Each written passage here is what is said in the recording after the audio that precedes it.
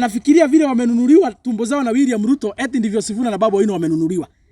In any case, kutoka wakati wa Gen Z, Babu Owino na Sifuna na kina Orengo, hakuna siku wamesupport William Ruto. Ama iko siku wamesupport William Ruto?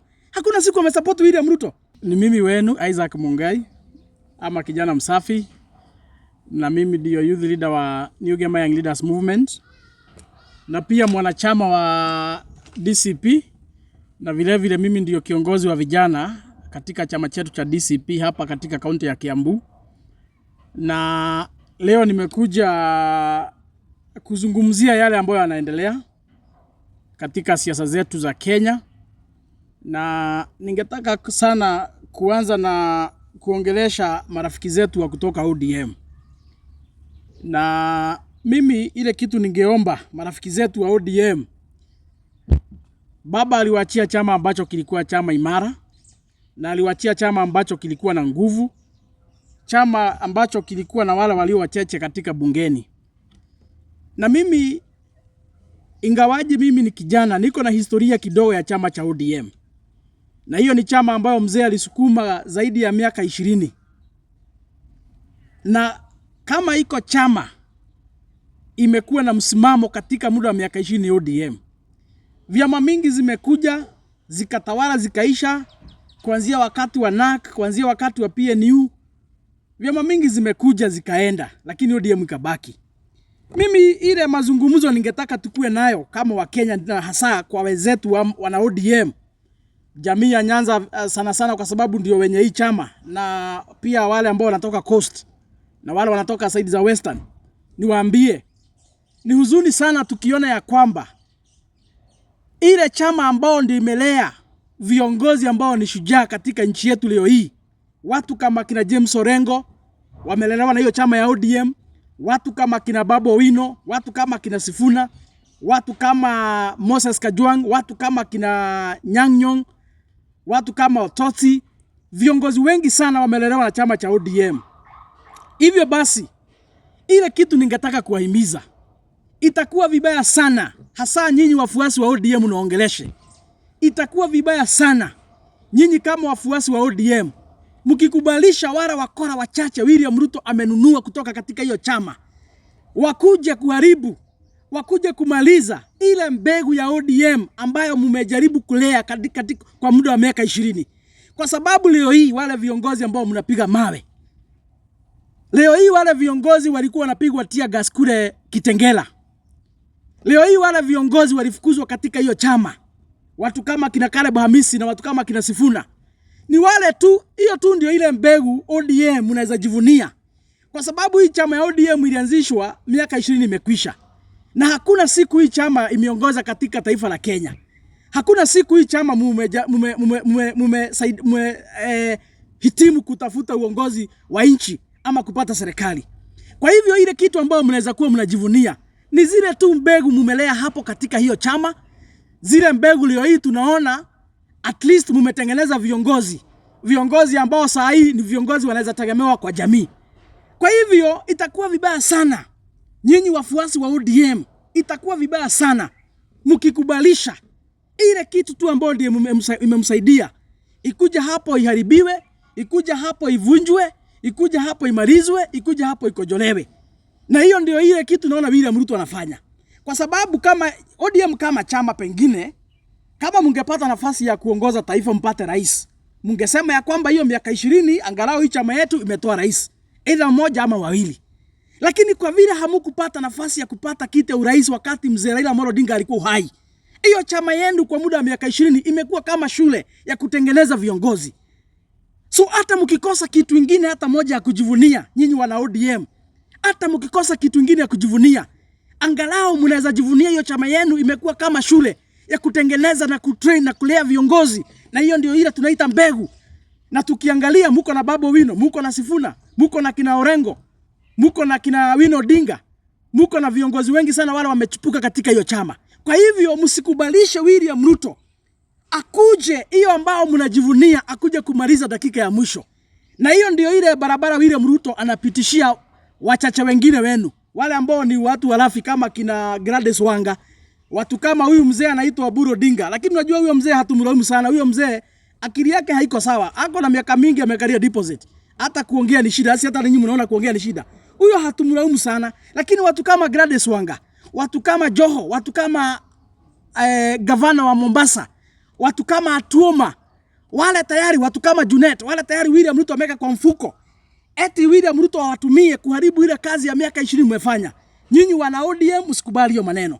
Kwa hivyo mimi nawasihi na waomba, nyinyi ni marafiki zetu. Na vile sisi tunalida chama yetu ya DCP, vile sisi tunalida viongozi wetu katika chama cha DCP, vile tunalida viongozi wetu katika mlengo wa upinzani, ndivyo hata nyinyi nawaomba msimame imara na mlinde viongozi wenu wale hiyo chama yenu imelea. Msimame imara, muunge mkono wale viongozi wamechipuka katika ODM hiyo chama imelea miaka 20. Msikubali kazi ya miaka 20 William Ruto akuje kuifanya kazi ya bure. Na mimi nashangaa sana kwa sababu niona William Ruto anapiga viongozi wenu natia gas kule Kitengela. Unajua juzi mimi nimekuwa hapa nikikelelesha William Ruto kwa sababu ya vile alituma wakora wakaenda kupiga kiongozi wetu wa chama kule Othaya. Na siku nyingine akapiga kiongozi wetu hapa Gatundu. Na siku nyingine akapiga kiongozi wetu kule Narok. Mimi nimekuwa nikitetea kiongozi wetu vile ambavyo anapigwa na William Ruto. Saa hii nimeona sasa William Ruto hiyo ukora au guns amehamishia kwenu nyinyi wana ODM, anapiga mtoto wenu, anapiga viongozi wenu kule Kitengela. Niliona akiwapiga na tia gas huko, akiwaharibia mkutano. Mimi niwaambie, vile ambavyo sisi wana DCP tumekuwa tumesimama imara, vile viongozi katika mlengo wa upinzani tumekuwa tukisimama imara, kusimama na viongozi wetu na kuwa protect. Hata nyinyi sasa msimame, mprotect viongozi wenu kutokana na huyo muovu shetani ambaye anaitwa William Ruto. Kwa sababu ile kazi anafanya ni kazi ya kuharibu. Ile kazi mingi mumefanya kwa muda wa miaka 20. Kwa hivyo niwaambie, sisi kama wana DCP tuko tayari, tukiongozwa na kiongozi wetu, na vile ambavyo alisema kule, akasema ya kwamba milango yote iko wazi. Mkiona kule shida imekuwa mingi, wale wakipiga nyinyi mawe, wale wakifukuza nyinyi, kiongozi wetu Rigathi Gachagua alisema milango iko wazi. Kujeni kwetu ni nyumbani. Sisi tuko tayari kushirikiana na nyinyi kama wana ODM, mkiongozwa na kina Sifuna na kina Orengo na kina Wino Odinga na kina Babu Owino na Caleb Hamisi na wale wengine ambao wanasema ya kwamba lazima tukue na mapinduzi, lazima tukue na mabadiliko katika taifa letu la Kenya. Tuko tayari kuungana na nyinyi kwa sababu nia yetu ni moja, tukomboe taifa letu kutokana na muovu William Ruto. Yule kazi yake kila siku akiamuka ni kubaka demokrasia. Huyo lazima tukabiliane na yeye, sisi kama Wakenya wazalendo katika taifa hili. Kwa hivyo niwaambie, msichoke na msiachilie wale viongozi wameamua kusimama na wananchi, kwa sababu mahali imefika. Na hivyo ndivyo hata Rigiji amesema juzi, tuweke tofauti zetu kando za kisiasa. Huenda ikawa huko nyuma pengine tulikuwa na mabishano ya kisiasa, lakini mahali imefika kama taifa sasa, tuweke tofauti zetu kando. Yule kiongozi yeyote ambaye anakubaliana na sisi, tunafaa kurekebisha uongozi wa taifa katika mwaka wa 2027. Tunafaa tuungane, tushikane, bila kujali huyu ametoka kabila gani, bila kujali huyu ametoka dini gani, bila kujali huyu ametoka katika chama gani. Tuungane tukiwa na nia moja, na tukishirikiana wenzetu wa ODM kiongozwa na kina Sifuna wale wengine, mkubali mkuje, tuungane na Kalonzo, tuungane na Matiang'i, tuungane na Martha Karua, tuungane na mtu anaitwa Eugene, rafiki yetu ambaye anaitwa Natembea, na kinara wetu Rigiji ako pale, na Mheshimiwa Uhuru Kenyatta pia naona pia anatengeneza maneno kule ODM kupitia kina Matiang'i and the rest. Tukiungana tukue timu moja kubwa, mimi niko na imani ya kwamba mwaka wa 2027 tutaweka historia katika taifa hili, kwa sababu William Ruto ndiye atakuwa rais wa kwanza kuenda tamoja, na William Ruto ndiye atakuwa rais wa mwisho kudanganya wa Kenya kupitia sera ambazo ni za kufanya watu ni kama wajinga hapa hawajielewi. Na mahali tumefika niwaambie, hata nyinyi mkipima maneno vile ambavyo sasa maneno iko, bila shaka the writings are on the wall. William Ruto is a one-term president. And by the way, kama iko mtu alikuwa na tashwishi, mahali imefika Mlima Kenya kupitia Rigathi Gachagua, sisi tumeamua. Jamii ya Wakamba kupitia Kalonzo Musyoka pia wameamua.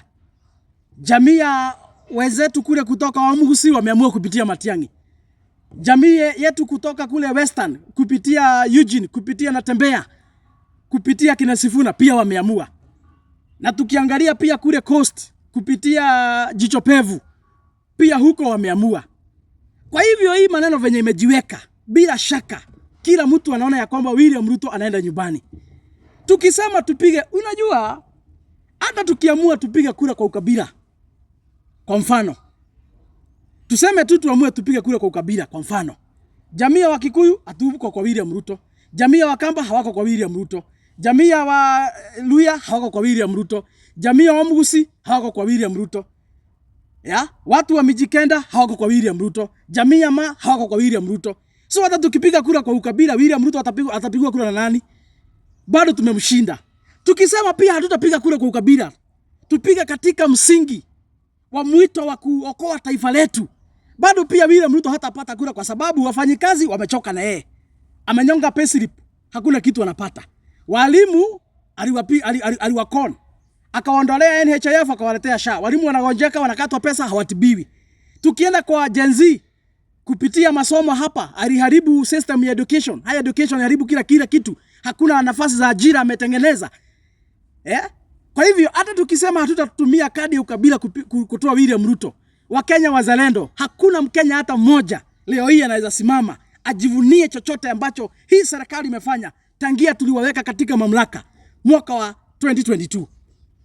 Hivyo basi mahali imefika, mambo imewekwa wazi. Na mimi kama mwanachama wa DCP ningetaka niongee na wale viongozi wanataka kusimama hapa Nairobi. Niwaambie siasa ni mahesabu na siasa ni kujipanga. Mimi nataka leo niwaambie ukweli kinaga ubaga bila kuficha chochote. Mkitaka kuniita mkabila, sitakuja kwenu jioni, itaenda kwangu. Ukitaka kusimama Nairobi, kiti yote ya gavana ama seneta ama women rep ama hata mbunge, ni vizuri mjue ya kwamba Nairobi iko zone ya one term. Na wananchi na wakaaji wa Nairobi wote wanasema one term. Na kupata kiti ya gavana Nairobi, jamii ya Mlima Kenya iko one term. Ukikuja kutafuta kiti ya gavana ukisema two term, hawatakuchagua. Jamii ya Wakamba iko katika one term. Ukikuja kutafuta hiyo kiti na two term, hawatakupatia. Jamii ya Wamugusi yenye iko hapa Nairobi wako one term. Ukikuja kutafuta hiyo kiti ukisema mambo ya two term, hawatakuchagua. Jamii ya Wajaluo, jamii ya Waluya, wale ambao wako hapa wanasema one term. Kwa hivyo ukikuja kusimama kiti Nairobi hapa, either women rep ama senator ama gavana ama mbunge, na useme two term, ufanye tu mahesabu, wale pengine watakupigia kura ni Wakalenjin. Na ukihesabu wale Wakalenjin wanaishi Nairobi hawafiki 100. Kwa hivyo hakuna kitu unaweza pata hapa Nairobi. Wale ambao wanatarajia kupigania viti hapo, hakuna kitu unaweza pata Nairobi kama uko katika mlengo wa two term. Kwa sababu wale watakupigia wanafuata William Ruto hapa Nairobi labda ni Wakale. Na kawaida Nairobi Wakale hawafiki 100. Nairobi imejaa zile kabila zingine zote. Bila kura ya Mkikuyu kiti ya Nairobi utapata wapi? Bila kura ya Mluya utapata kitu wapi? Bila kura ya Mkamba hapa Nairobi utapata kitu wapi? Bila kura ya Mkisii hapa Nairobi utapata kitu wapi? Bila kura ya Mjaluo hapa Nairobi utapata kitu wapi? Kwa hivyo lazima mfanye mahesabu. Wala viongozi wote wanataka viti za wabunge, seneta, women rep na magavana, lazima muingie katika one term. Na ndio mimi nasema chama chetu cha DCP tumefungua milango. Kama unataka kusimama kiti hapa Nairobi, kawaida ukisimama na UDA hautapita. Wakale hawapiti 100, hawezi kusaidia.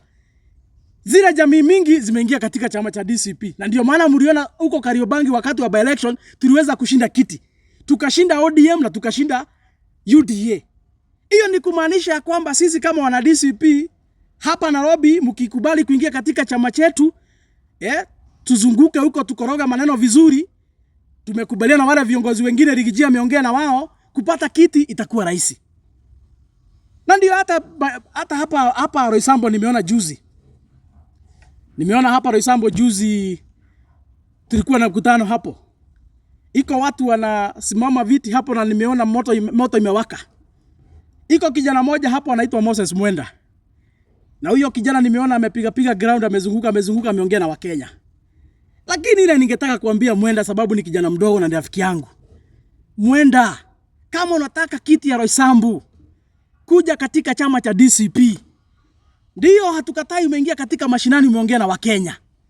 Lakini wacha nikuambie, kama unataka kukua mbunge wa Roysambu, kama unataka Wakenya wakuchague hapa Roysambu, ingia katika chama cha DCP.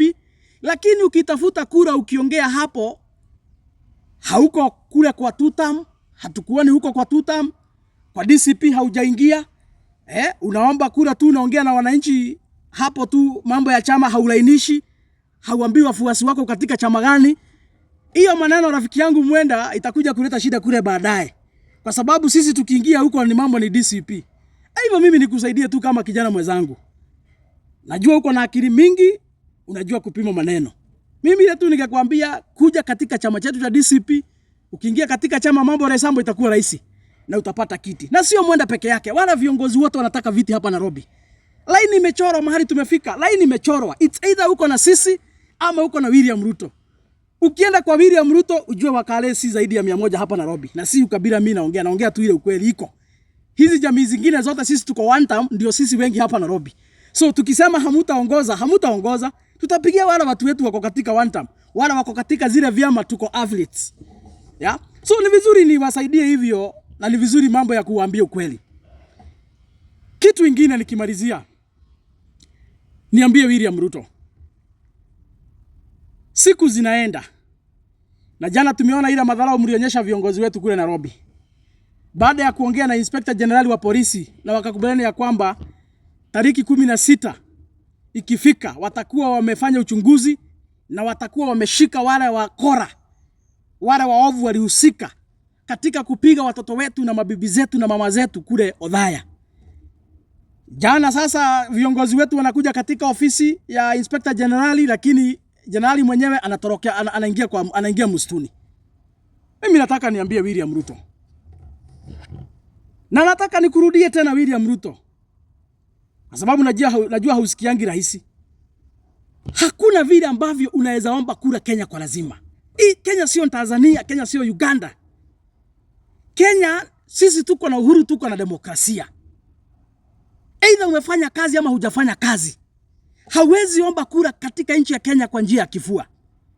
Hivyo nimeona umepuuza mambo ya kufanya uchunguzi.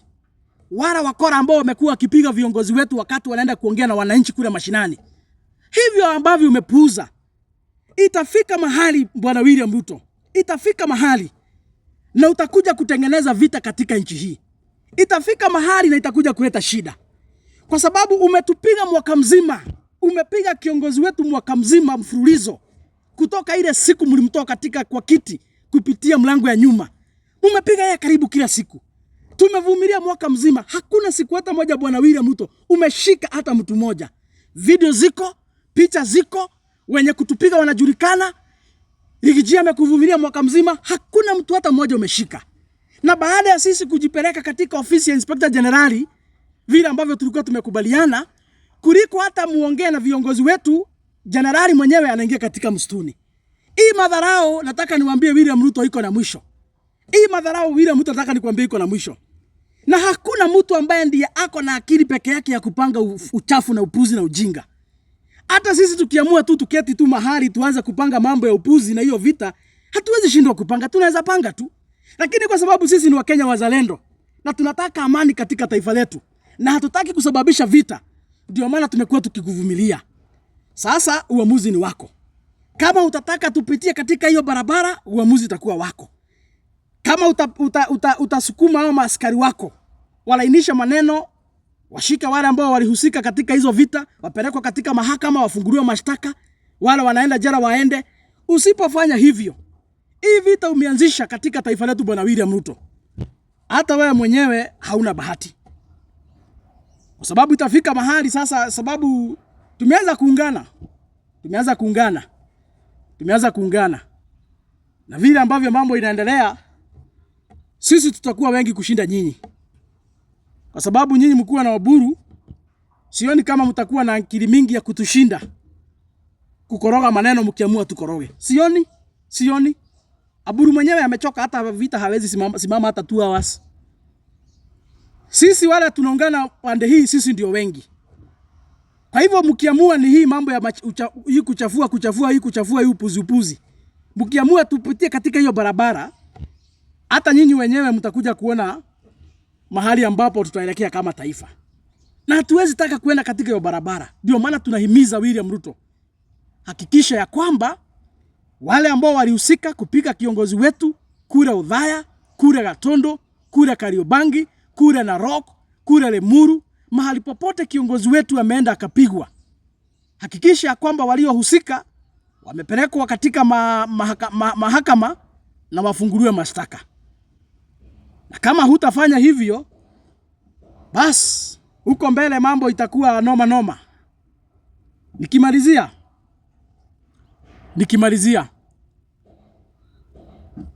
nimeona mjadala inaendelea na imeanzishwa hapa na wao viongozi wetu wanatoka katika jamii ya Mlima Kenya. Najua iko watu watasikia vibaya mimi nikiongea Kiswahili, nikiongea mambo ya nyumbani, lakini nitaongea na Kiswahili hata kama ni mambo ya nyumbani. Mimi nimesikia huo Oburu akisema ya kwamba wanataka hiyo kiti ya naibu wa rais tukiingia katika uchaguzi wa 2027. Baada ya kusema hivyo, wale viongozi wetu hapa William Ruto aliweka kwa mfuko yake, nikaona wameanza kurukaruka hapa wanalialia. Wanasema ya kwamba kama Kindiki atanyang'anywa hiyo kiti, eti watatoka broad based. Mimi nataka niambie taifa, yule naibu wa rais alikuwa anawakilisha wa Kenya, alikuwa Rigathi Gachagua. Yule naibu wa rais ambaye alikuwa anawakilisha jamii yetu. Sababu ile siku sisi tuliprotect Rigiji, walisema sisi ni wa kabila. Saa hii naona wale wakora walifukuza Rigiji, sasa wana protecting Kindiki. Sijui ni aje hiyo yao si ukabila. Lakini vizuri hapa niambie William Ruto wazi mchana kama mtoto wa hii mlima. Yule kiongozi sisi kama jamii tulikuwa tumepeana katika serikali awakilisha sisi, alikuwa Rigathi Gachagua, na akapitia njia ya sheria akachaguliwa na Wakenya akakuwa naibu wa rais. Vile mlifukuza yeye kwa serikali, mlifukuza sisi zote jamii ya Mlima Kenya kwa serikali. Hapo katika hiyo tutam, hapo katika hiyo broad based, sisi kama jamii ya Mlima Kenya hatuna mtu hata mmoja tunaweza aminia eti anaweza chunga maslahi yetu. Kwa hivyo wewe William Ruto ukisikia utafukuza Kindiki, sisi kama jamii hatuna shida na hiyo. Hawakilishi sisi. Kindiki anawakilisha wale wakora ambao walifukuza Rigiji. Kindiki anawakilisha kina Faruku na wewe mwenyewe William Ruto. Huyo ni mfanyi wako wa kazi. Hawakilishi sisi, hawakilishi wa Kenya. Kwa sababu ile njia aliingia nayo katika hiyo kiti, si njia ya haki, haikuwa njia ya sheria, haikuwa njia ya demokrasia. Hakuna Mkenya alimpigia kura ama alimchagua. Kwa hivyo mimi nikuambie, kama iko kitu mnaambiana hapo na Kindiki, eti utampatia kiti na sisi jamii ya Mlima Kenya tukupatie kura, sisi hatuko hapo, mtuondoe katika hiyo biashara. Na usikuje kusema ulikoniwa. Ani vizuri nitangaza hapa mchana wazi. Mtu yeyote katika hii mlima, mtu yote katika hii jamii, ataenda kuandikania chochote na William Ruto, asiende kusema ya kwamba eti anaandikania na William Ruto kwa niaba yetu sisi jamii ya Mlima Kenya. Sisi hatuko katika hiyo biashara. Kwa hivyo William Ruto nikuambia mchana wazi, kama dunia yote inasikia, yeyote atakuja kwako akuambie anawakilisha Mlima Kenya, ujue anakukon. Sisi hatuko hapo, na asikuja kuharibia jamii yetu jina. Sisi tuko nyuma ya Mheshimiwa Rigathi Gachagua. Yeye ndiye atakayetuwakilisha. Mahali Rigathi atatuambia tuende, sisi kama jamii tutaenda hapo. Mahali atatuambia tupige kura zetu kama jamii tutapiga hapo. Yule anataka kunegotiate na jamii ya Mlima Kenya, kama hauta negotiate na ukae chini na Rigathi Gachagua, wengine ni viongozi bandia, hawakilishi sisi. Kwa hivyo hiyo biashara mtapangia huko, hiyo ni yenu, utakoniwa peke yako huko, sisi hapo hatuko. Mtu asije akalaumu jamii yetu hapa akisema eti nidanganywa. Sisi hatuko katika hiyo biashara. Kwa hivyo Kindiki yako katika hiyo kiti kivyake, anawakilisha wale wakora wachache wanajulikana kwa majina, wale ambao walipangia Rigiji njama ya kumtoa katika mamlaka. Hao ndio wanawakilisha. Sisi jamii ya Mlima Kenya tuko huru, na tutapiga kura zetu mahali ambapo Rigathi Gachagua atatuelekeza. Kwa hivyo ni kusema ni vizuri kuandika hii kitu wazi. And therefore William Ruto, you are at liberty. If you wish to seal any deal with Oburu Odinga, you are free to do it. Ukitaka kupatia hiyo kiti Gladys Wanga, sisi hatuna shida. Ukitaka kupatia hiyo kiti Oscar Sudi, sisi hatuna shida. Ukitaka kupatia mtu yeyote, anybody of your choice, you are free to do so. Sisi kama jamii, sisi hatuko hapo. Ni vizuri kuongea haya, kwa sababu hii ndio ile makubaliano tuko nayo sisi kama jamii. Kwa hivyo sisi hiyo vita wanasema wanarukaruka huko, nyinyi endeleeni kurukaruka. Wala wanasema mtatoka broad base, sisi tulitoka kitambo, nyinyi ndio mmebaki huko na tumbo zenu huko mkuwakilisha ukora zenu, sisi hatuko hapo. Ni vizuri kusema ukweli. Na mimi si ati niko na shida na Kindiki kama mtu binafsi. lakini wale wakora walimweka katika hiyo kiti walitumia njia ambayo haikuwa ya haki. Na ndio maana sisi tuko pale pale, kiongozi wetu ni Rigiji. Na hata leo nishukuru Mheshimiwa Moses Kuria, by the way. Leo Kuria ameongea kitu ya maana zaidi. Ile kitu wanaume wote hapa Mlima Kenya wameshindwa kuongea kwa muda wa mwaka mmoja. Akasema ya kwamba mambo ilikuwa mzuri wakati Rigiji alikuwa naibu wa rais, kwa sababu wangeketi chini wazungumuze, na hizo siku William Ruto hangechenga sisi mahali kwa sababu alikuwa anaogopa Rigathi Gachagua. Hiyo ni matamshi ya Moses Kuria ameongea leo hii asubuhi. Akasema ya kwamba tangia Rigathi Gachagua wamtoe kwa kiti, mambo ya bargaining kwa niaba ya jamii ilienda chini na ikaharibika.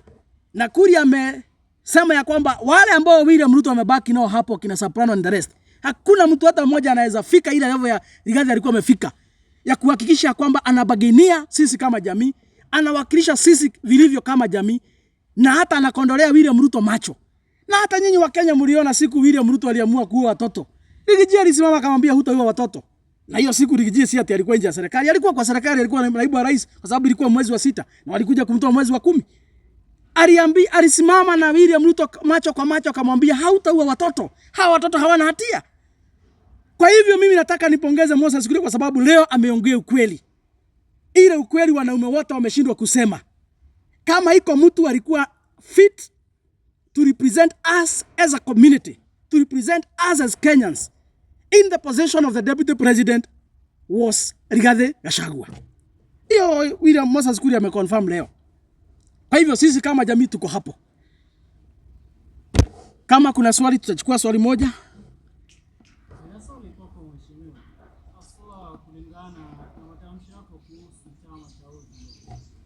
Kuna tetesi ambazo hasa zimekuwa zikienezwa sana baada ya kunatuliwa kwake Sifuna kama secretary general wa chama cha ODM. Sifuna amekuwa funded ama amekuwa akipokea funding, ama the whole function ya Sifuna imekuwa ikipokea funding kutoka kwa aliyekuwa rais wa Jamhuri ya Kenya. Maoni yako kulingana na hili? Unajua, hata kama ni kuongea uongo, ni vizuri unakaa chini unapanga uongo inaingiana mzuri. Unakuja kutuambia eti Sifuna anapatiwa pesa na Mheshimiwa Uhuru Kenyatta ili atoke ODM ama afanye mikutano, na nyinyi vizuri tu mnajua Sifuna kufanya mkutano yoyote hahitaji kupatiwa pesa na mtu yeyote. Sifuna is a national leader. Ni mtu ambaye hako na umaarufu yake tangia alifanyiwa SG katika chama cha ODM. Kwa hivyo Sifuna kukuja hapa Githurai asimame hapo ongea na wananchi, hapo ni wapi anahitaji pesa? Sinigari tu anaweka mafuta tu anakuja hapo kusimama wananchi wanajaa. Hiyo mkutano alikuwa amefanya ukure Kitengela siku ya Jumapili. Hakuna mahali alikuwa anahitaji pesa hapo, kwa sababu hakuna watu walikuwa wamelipa eti wakuje. Yeye ameenda huko na gari zake, amesimama huko na wale viongozi wengine, wananchi wakajitokeza. Kwa hivyo mimi nashangaa nikiona watu wanasema ya kwamba eti Mheshimiwa Uhuru Kenyatta eti anapatia huyu kijana pesa ndivyo sijui atoke ODM, ndivyo sijui aanze kutengeneza mikutano yake. Ile mikutano Sifuna anafanya ni mikutano ambayo haihitaji pesa, inahitaji wananchi. Na wananchi wanajitokeza wenyewe, kwa sababu niliwaambia hii maneno ya one term waanzilishi ni Wakenya wenyewe, kwa sababu ya kuchoka na uongozi ya ujinga ya William Ruto. Kwa hivyo Sifuna akitangaza leo anaenda Githurai, ama atangaza anaenda Kitengela, ama atangaza anaenda Kisumu, Wakenya wakisikia mahali anaenda wanajitokeza tu. So Sifuna kuzunguka nchi hakuna mahali anahitaji pesa.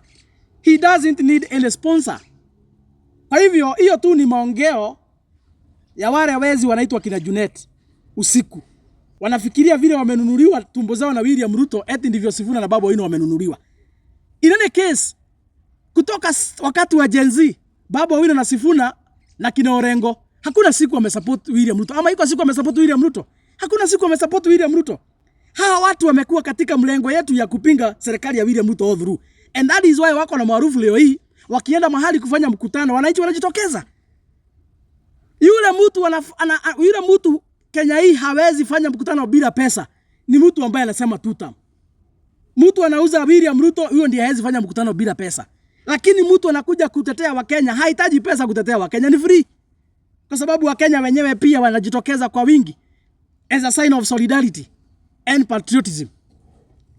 So Hiyo ni mambo ya uongo, inaenezwa na Junet Mohamed wakiwa na Gladys Wanga. Eti Uhuru Kenyatta kuna watu wanalipa. Uhuru Kenyatta hakuna watu wanalipa. In any case, Uhuru Kenyatta is a party leader of Jubilee Party and in his party wako na viongozi, wako na kina Matiang'i and the rest. So kama iko kazi Mheshimiwa Uhuru Kenyatta ako naye ya siasa ni ya kusukuma Jubilee chama chake. What is your take about what happened jana kule Thika between Governor Wamatangi and Wacha kwanza nijibu hiyo ya Thika. Hiyo upuzi ya Thika hata sitaki kuongelelea. Kwa sababu ile ukora inaendelea hapa Kiambu inajulikana. Iko watu walikuwa unajua kuna waziri wawili walikuwa wamekuja huko Thika. Iko mradi ilikuwa inazinduliwa. Gavana Wamatangi hakufika. Yeye amebobarize watu kutoka Wangige, kutoka Kikuyu, kutoka kule kwingine, amewalipa pesa, wametuma hapo wakapiga kelele. Hiyo siasa inafanywa hapa ni siasa ya upuzi. Hiyo siasa inafanywa hapa ni siasa ya upuzi. Na ukiona mtu anatuma watu waende wakapiga kelele hapo, kwa sababu walikuwa wengi tuliona walikuwa wengi wenye walikuwa wametumwa na gavana. Waseme sijui Wamatangi sijui kelele yote. Hiyo ni upuzi.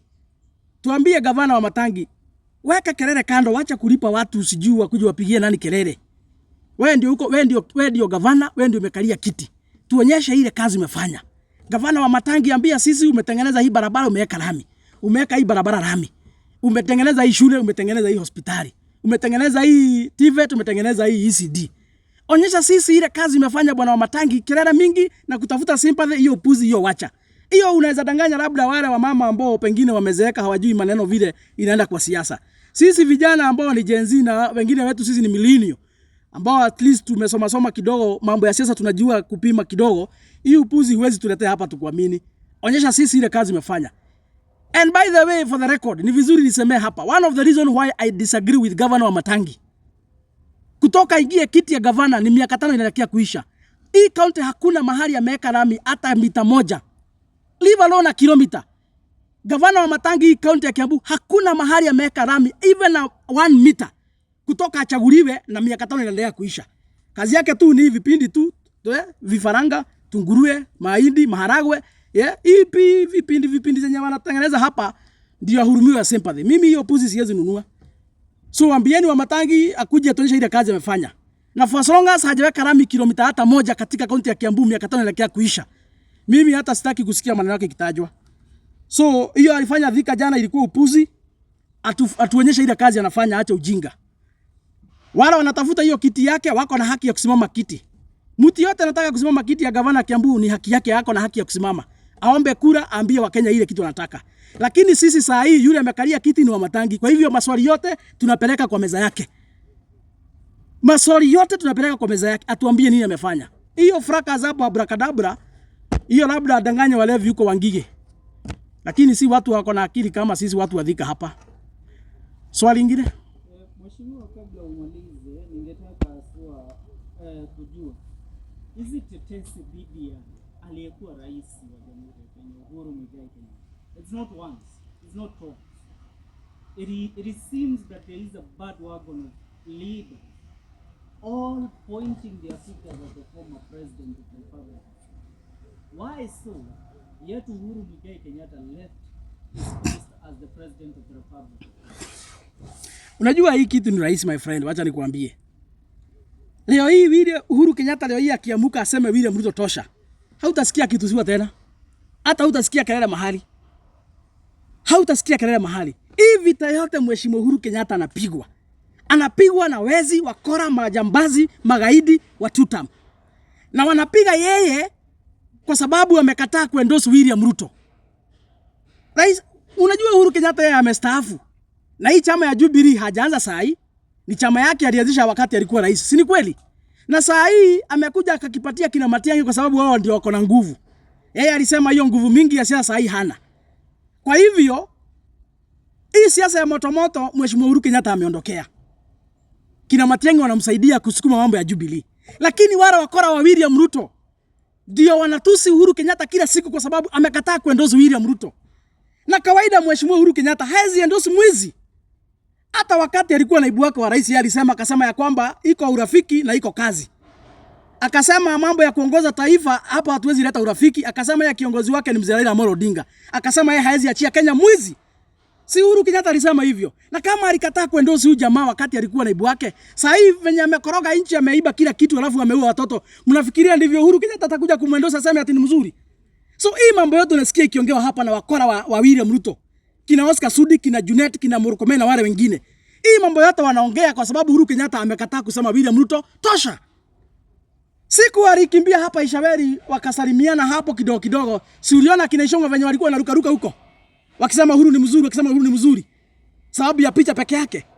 Saa hii venye Uhuru yeye hiyo maneno hataki, aliambia vijana nchi ni yenu, msimame mpiganie nchi yenu, wale majamaa wameanza kulalamika. Hakuna makosa yoyote Mheshimiwa Uhuru Kenyatta amefanya kama rais mstaafu wa nchi hii. Ile makosa amefanya, analaumiwa, inafanya tusiwe ni kuto endorse William Ruto mara ya pili. Hiyo ndio ile shida iko hapo. Kwa hivyo ukisikia natajwa mahali, shida inatoka hapo. Na watagoja sana. Wale wanafikiria kwamba Mheshimiwa Uhuru Kenyatta atasimama aseme William Ruto tosha, watagoja sana. Ukimalizia mheshimiwa, ningetaka utuambie, je, Gachagua jana wameposta reception ya president ya IG Kanja.